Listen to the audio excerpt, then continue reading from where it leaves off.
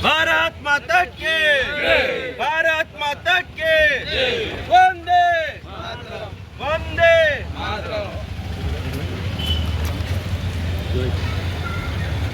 भाई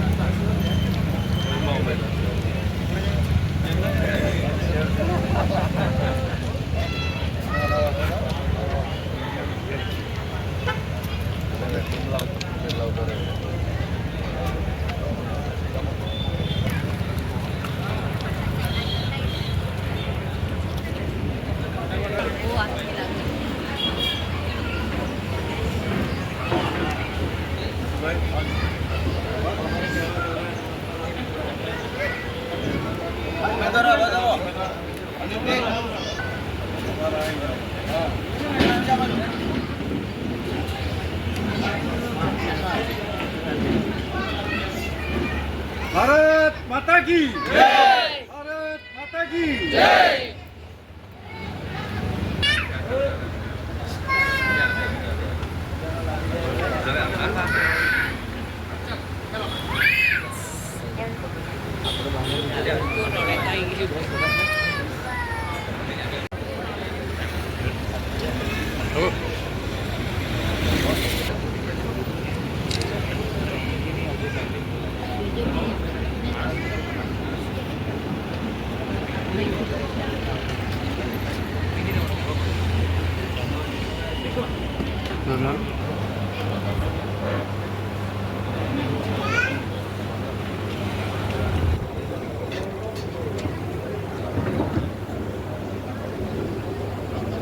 माता के वंदे वंदे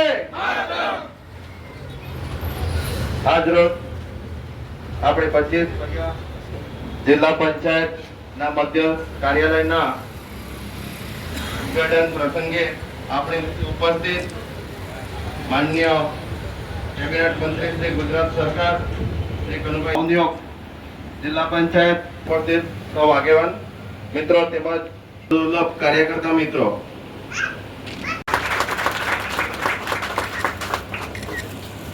આપણા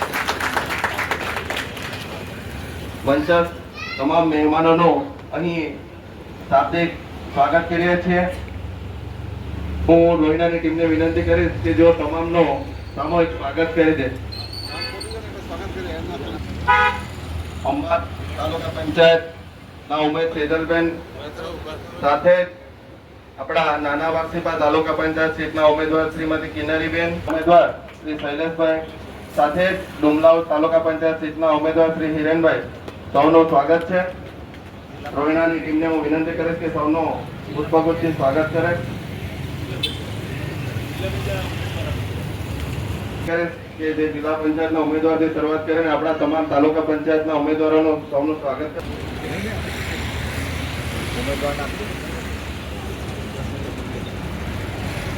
પહેલી બાજુ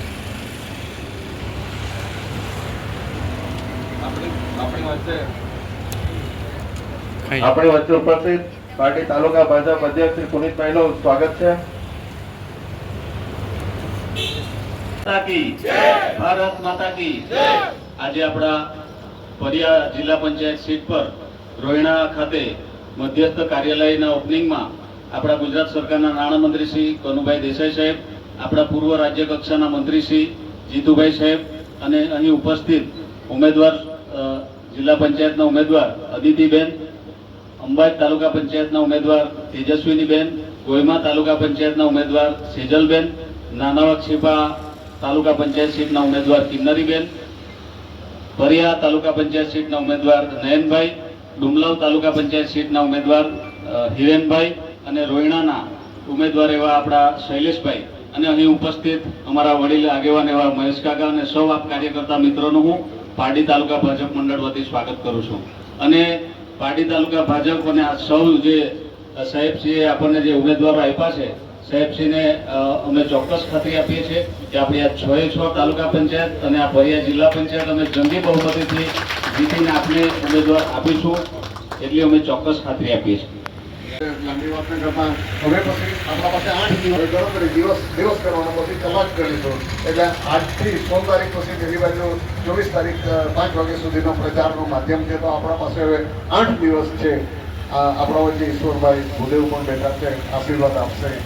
એટલે ઉપસ્થિત તમામ મહાનુભાવો, પરિયા સીટના ઇન્ચાર્જ ને બ્રિજેશભાઈ આપણા ઇન્ચાર્જ છે અને એક્ટિવિટીના મેમ્બર પણ છે. તો આપણી પરિયા જિલ્લા પંચાયત થોડી એકાદ કે આપણી ભાષામાં થોડી કહોતરી આવી, આમ ફરતી આમ પેલી વચ્ચે સુધી ગઈ છે, એટલે ડાયરેક્ટ પરવાસા સુધી ગઈ છે. એટલે થોડી લાંબી સીટ છે. પરંતુ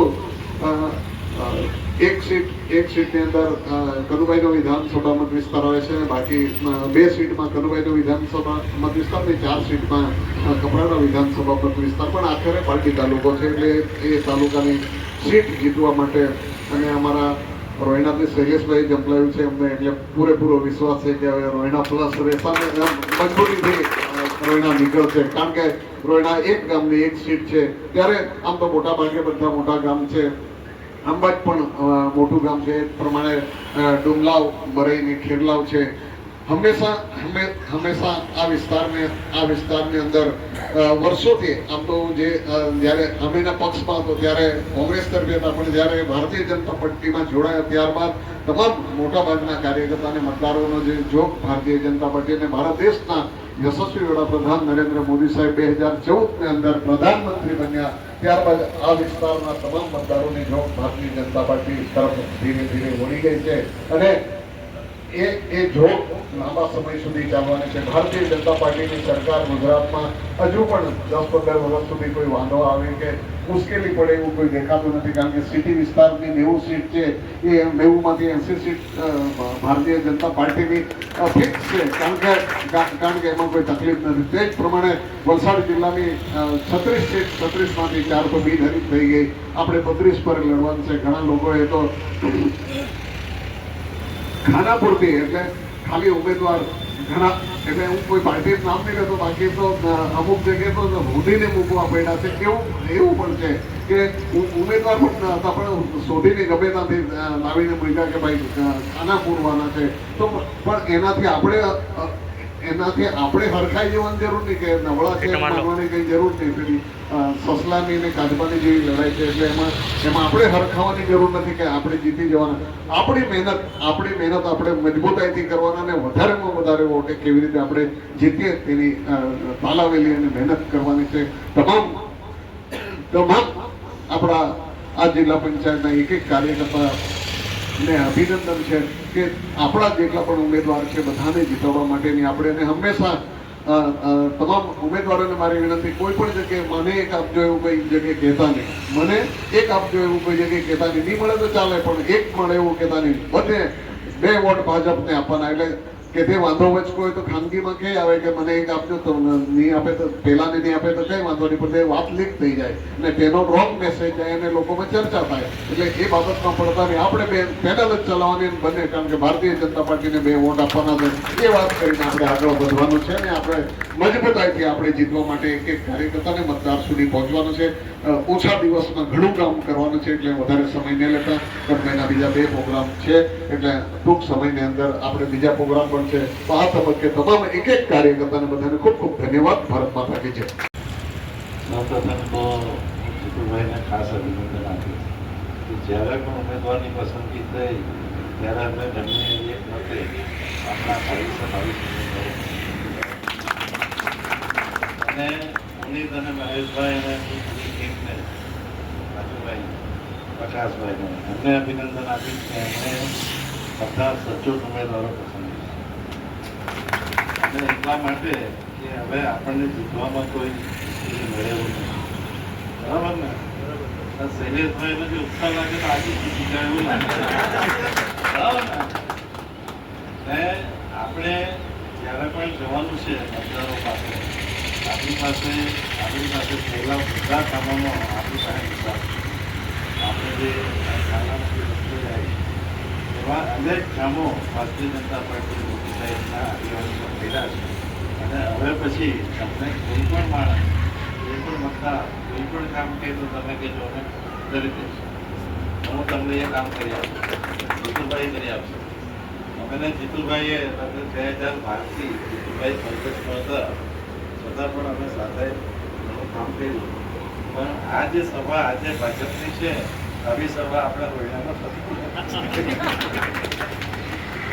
દરેક કાર્યકરો જે છે મોદી સાહેબનો વિકાસ મોડેલને શીખાય અને આપણો સંપૂર્ણ આદિવાસી વિસ્તાર પણ ભારતીય જનતા પાર્ટીના પ્રભાવથી બંધાયો અને એ જ બતાવે છે કે આખું ગુજરાત જે જૂની વિધાનસભા કે એવું નગરપાલિકા મહાનગરપાલિકા જિલ્લા નગરપાલિકા આપણા વિસ્તારમાં દેખાતી નથી, પરંતુ આપણે સૌથી વધુ મતદાન કરાવીને આપણો મત છે એટલે આખા જ્યારે ભારતની ગણતરી થાય ત્યારે ગુજરાતમાંથી ભાજપને મોદી સાહેબને જેટલા મત મળ્યા એ ટકાવારી ગણાય તો દરેક મતની ટકાવારીમાં આપણે આપણો મત છે ધારો કે ઉમેદવાર આપણો બિનહરીફ આવી જાય તો મત થાય જ એટલા મત આપણા થાય. એટલા માટે આપણે કોઈ પણ ઉમેદવારને બેસવા દીધા નથી.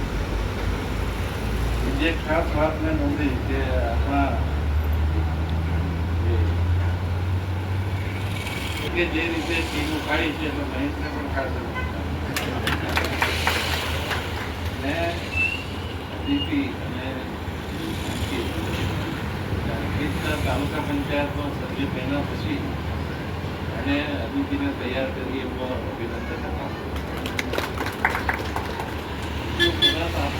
સંયોજન થયું છે જીતુભાઈ કીધું 6 તાલુકા પંચાયત છે તો આપણે 6 સૌથી વધુ માર્કેટની લિસ્ટમાં મેં સીધા પણ સારી રીતે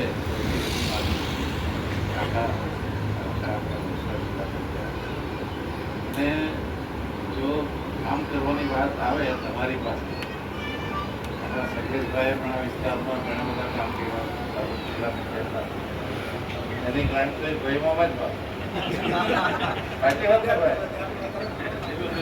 બીજો કે ગુમલાઓમાં આ વખતે પહેલી વાર ઉભી એટલે એને પણ ખાસ અભિનંદન આપીને પહેલી વાર ખાસ સીટ આવી બધાના પસંદ કરાવતો. આ રીતે આપણે એક ઉત્સવ જેવો 28 તારીખે ઉત્સવ છે ને 28મી આપણે વિજય ઉત્સવ બહુ જબરજસ્ત રાખો અને વિધાનસભા અને લોકસભા કરતાં પણ આ સંખ્યા કે આ રીતે આ ફરીથી હવે આવ્યો છે. હા, આ સીટના સંયોજક બરાબર અને આપણા જિલ્લામાં બાળ વિકાસ સમિતિમાં બહુ સુંદર કામ કર્યું અને એમને આ સીટની જવાબદારી આપી